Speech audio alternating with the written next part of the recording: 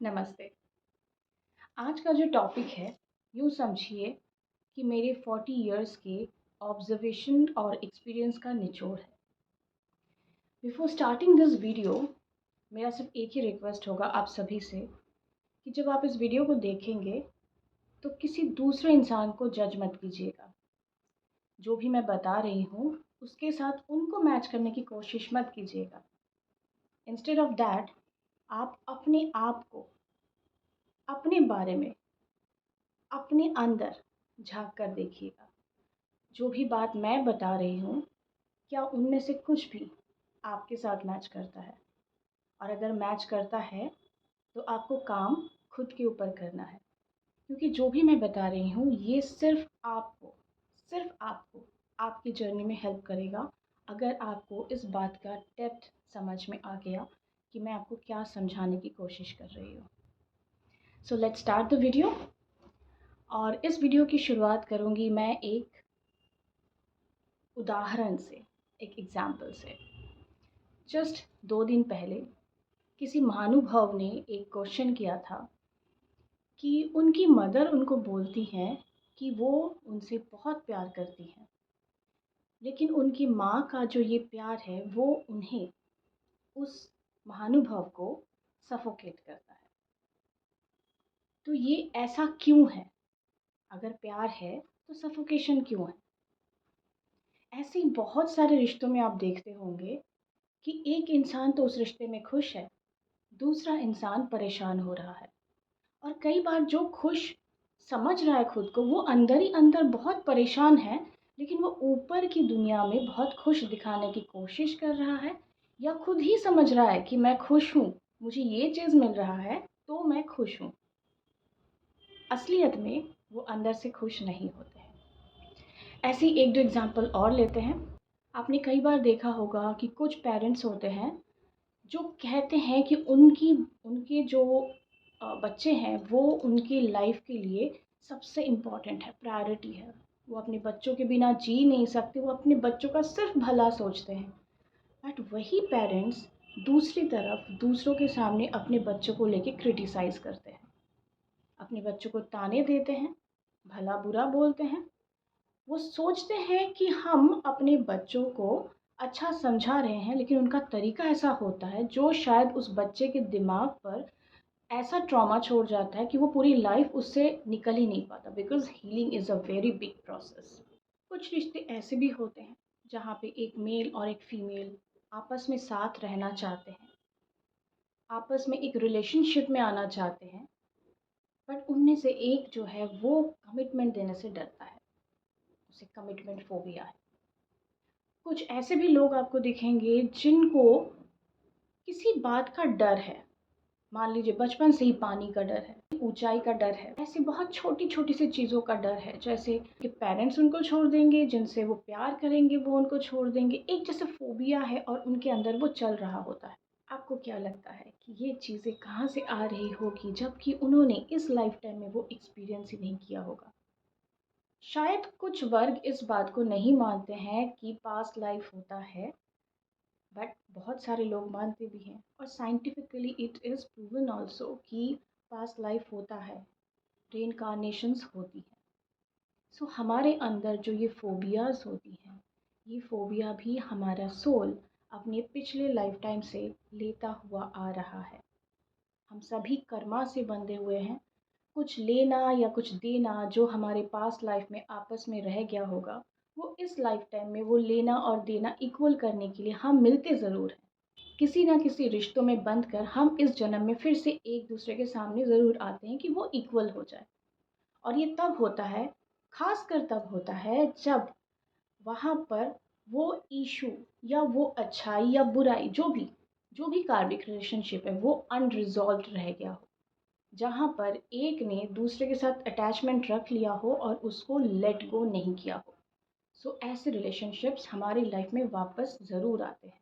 सो एक होता है हमारा कार्मिक रिलेशनशिप, और दूसरा होता है एक फोबिया जो हमारे सोल का अपना, इसको सिर्फ मैं फोबिया नहीं बोलूँगी, हमारे सोल का एक पैटर्न, हमारे सोल का एक पैटर्न जो इस सोल ने पिछले जन्म में एक्सपीरियंस किया और उसको लेट गो नहीं कर पाया। फॉर एन एग्ज़ाम्पल, मैं इसी महानुभव का एग्ज़ाम्पल लेती हूँ 2 दिन पहले जिन्होंने ये क्वेश्चन किया था।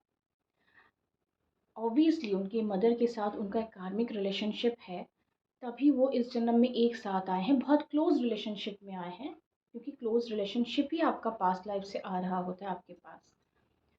और वहाँ पर वो इंसान सफोकेट फील कर रहा है। That means he is getting back all the pain wounds जो भी था, जो उन्होंने उस लाइफ टाइम में अपनी मदर को, जो उस लाइफ टाइम में मे बी किसी और रिलेशनशिप में रहे हो, बट उन्होंने पेन दिया और वो पेन इस लाइफ में उनको मिल रहा है।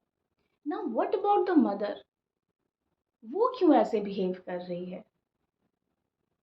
क्योंकि पेन में वो तो नहीं है। She is happy with the fact that I am very much in love with my son, और मैं इसके बिना जी नहीं सकती। और सन भी कोशिश करता है कि अपनी मदर को खुशी रखे, बाउंड्री नहीं रखी हुई है। Instead of that, that person is having many sexual relationships with other females, सिर्फ इसलिए कि वो अपनी मदर की दी हुई सफोकेशन से वो बाहर निकलना चाहते हैं, to vent it out outside, जिसके लिए उन्होंने बहुत सारे relationship and specially sexual relationship बाहर रखा है। And there is not at all any love kind of thing in that. So mother जो हैं, जो इस लाइफ टाइम में शायद कहीं पे उन्होंने एक ट्रॉमा अपनी लाइफ में देखा होगा, जहाँ से उनका पास्ट लाइफ का एक वुंड ट्रिगर हुआ होगा। कैसे? अगर इस लाइफ टाइम में जो भी ये इंसान हैं, उनके जो फादर हैं, अगर वो नहीं हैं अब, ही इज़ नो मोर, तो उनकी मदर अकेली रह गई और उनके सामने एक ही दिखा कि मेरा बेटा, और वो पूरी तरह से अपने बच्चे पर को डिपेंडेंट हो गई। यहाँ पर हस्बैंड के जाने के बाद वो ट्रिगर हुई हैं, जहाँ पर उनकी को डिपेंडेंसी सरफेस पे आ गया। उन्हें अपनी को डिपेंडेंसी के बीच में ये नहीं समझ में आया कि वो इतनी बुरी तरह से अपने बच्चे को ऑब्सेस कर रही हैं कि उनका बेटा सफोकेट हो रहा है, और उसी सफोकेशन की वजह से वो एक अलग डुअल लाइफ जी रहा है, माँ के सामने कुछ, माँ से अलग जाके कुछ। सो ऐसा ही कुछ उन्होंने अपने पास्ट लाइफ में भी देखा होगा, पास्ट लाइफ में भी उन्होंने किया होगा। जैसा मैंने कहा था कि आज का जो वीडियो है वो मेरे 40 इयर्स के ऑब्जर्वेशन और एक्सपीरियंस का निचोड़ है। कैसे? अब मैं आप लोगों को बताती हूँ। मैंने कई बार देखा है, बहुत डीप ऑब्ज़र्व करके देखा है, और इनफैक्ट जब मैं उन ऑब्ज़र्वेशन को लेकर, उन लोगों के कुंडलियों को लेकर बैठती हूँ, तो मुझे उनका जो होता हुआ, उनकी कुंडलियों का जो मैच दिखता है ना, फिर मुझे समझ में आता है कि कितना डेप्थ है इन सब चीज़ों में, कितना डेप्थ है जो इंसान को समझ में ही नहीं आता है। जो भी इस लाइफ टाइम में हमारे अंदर फोबिया है, या जो भी हमारे अनरिजॉल्व्ड इश्यूज़ हैं फ्रॉम आवर पास्ट लाइफ, और इस लाइफ टाइम में वो किसी ना किसी तरह से हमारा जो पास्ट का अनरिजॉल्व्ड इशू है, जो हमारे सोल ने एक्सपीरियंस किया था और उसको हम सॉल्व नहीं कर पाए, उसको लेट गो नहीं कर पाए हैं, वो हमारे प्रेजेंट लाइफ टाइम में कोई ना कोई रीज़न बन के सरफेस पे आएगा और हमें ट्रिगर करेगा to repeat the same pattern जो हमने पास्ट लाइफ में किया है। जैसे किसी को कमिटमेंट नहीं देना था, उसने उस लाइफ टाइम में कमिटमेंट नहीं दिया, और उसी के साथ अगर बिना लेट गो किए, बिना उस इशू को रिजॉल्व किए, दोनों में से कोई भी चला गया, तो इस लाइफ टाइम में वो इंसान वो इशू लेकर आएगा, उसे कमिटमेंट की फोबिया होगी और वो उसको ट्रिगर करेगा बार बार। किसी को इस बात का डर, किसी लाइफ टाइम में इस बात का एक्सपीरियंस किसी ने किया कि मुझे तो हर कोई छोड़ के चला जाता है जिसको भी मैं प्यार करता हूँ या करती हूँ, तो उनको इस लाइफ टाइम में भी वो इश्यूज उनकी लाइफ में आएंगे, सो दैट जो भी अनरिजॉल्व था, जो भी उनका वो पैटर्न था सोल का, वो इस लाइफ टाइम में इस पैटर्न को तोड़ दे। Every soul has to break the pattern of their past lives. उनको मौका दिया जाता है। अगर कोई भी इंसान अपने कॉन्शियसनेस में है और वो खुद के अंदर झांक के देखता है कि मेरी प्रॉब्लम क्या है, मैं कहाँ पे इशू क्रिएट कर रहा हूँ या कर रही हूँ और ये इशू कहाँ से राइज कर रहा है, तो वो सबसे पहले अपने उस कंफर्ट जोन से निकल के अपने ही अगेंस्ट लड़ेगा, अपने ही ऊपर काम करेगा और अपने पैटर्न को, जो कि सोल के अंदर ऑलरेडी इनग्रेव्ड है, उसको तोड़ेगा। This is how the soul journey can be very easy, अगर हम थोड़ा सा इस बात को समझ पाए कि ये इशू कहाँ से है। ये सिर्फ कार्मिक डेप्थ नहीं है, ये इशू हमारे अपने अंदर है, जहाँ पर हमारा सोल बहुत सारा बैगेज, बहुत सारा गार्बेज अपने पास्ट लाइफ से लेके आ रहा है, and we are so much afraid to face our own reality, to face what we are actually, जिसकी वजह से हम अपना पैटर्न ही ब्रेक नहीं कर पाते, because it requires a lot of courage. आपको अपने अंदर की सारी बुराइयां आपके फेस पे दिखेगी जब आप अपने आप को देखना शुरू करोगे। यही रीज़न था कि मैंने वीडियो की शुरुआत में ही कहा था कि जो भी बात मैं बोलूं, उस बात को सुनते हुए आप दूसरों को मत जज करना, खुद के अंदर झांकना। This journey is yours. इसे इजी बनाना दूसरों के ऊपर डिपेंड नहीं करता है, इसे इजी बनाना आपके अपने ऊपर डिपेंड करता है। अपने कंफर्ट जोन से निकल के अपने लिए एक रास्ता बनाना, सच के साथ इजी करना उसको। I know it is very tough. शुरुआत में तो बहुत टफ लगेगा, बहुत ज़्यादा टफ लगेगा, लेकिन इवेंचुअली जब आप इसे क्लियर करते जाओगे ना, आपको अपने आप में इतना सुकून फील होगा कि आपने इस पैटर्न को तोड़ दिया। एंड प्रोबेबली जब आप इस पैटर्न को तोड़ रहे होंगे, बहुत कुछ है जो आप चाहते हो और वो नहीं होगा, उसके जस्ट ऑपोजिट होगा। Because to break that pattern, you have to go through a lot of pain, जहाँ पर अपने डिज़ायर्स को भी आपको लेट गो करना पड़ेगा, जहाँ पर मे भी आपके ड्रीम्स भी हैं जिसको आप शायद सोच रहे हो बचपन से कि मुझे तो सीए बनना है, लेकिन लाइफ आपको वो ट्रिगर दे दे के, क्योंकि वो आप तो पास्ट लाइफ से लेके आ रहे हो जो रिजॉल्व हुआ ही नहीं है, वो आपको ले लेके ऐसी जगह पर लेके चला गया कि जो शायद आपने सोचा ही नहीं था कि मुझे ये काम करना है। कहाँ सीए, कहाँ वो दूसरा वाला काम। तो वहाँ पे आपको लगेगा कि okay this is not happening, जो भी हो रहा है ये गलत है, क्योंकि मैंने ये नहीं चाहा था, मुझे तो ये चाहिए था।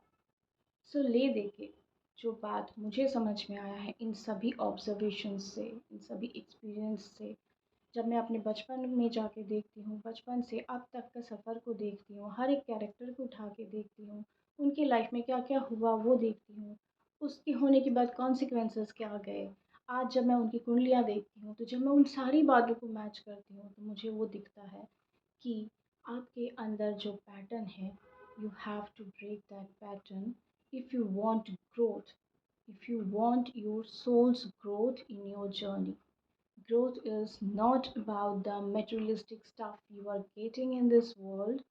ये सिर्फ आपके इस शरीर को कुछ सुख देने के लिए है, बट अल्टीमेटली जब आप इस शरीर से बाहर एज अ सोल आओगे, so how much elevated soul you are, that is actual growth is all about.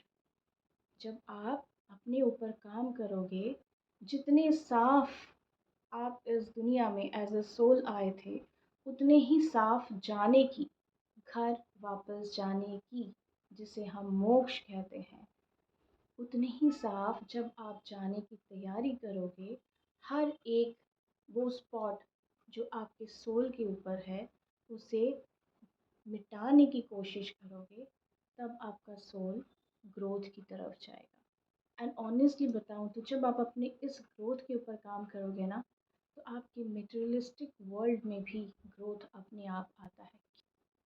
So what you need to do is to work on your soul's growth first. अपना ध्यान रखिए, खुश रहिए, keep smiling. Bye bye.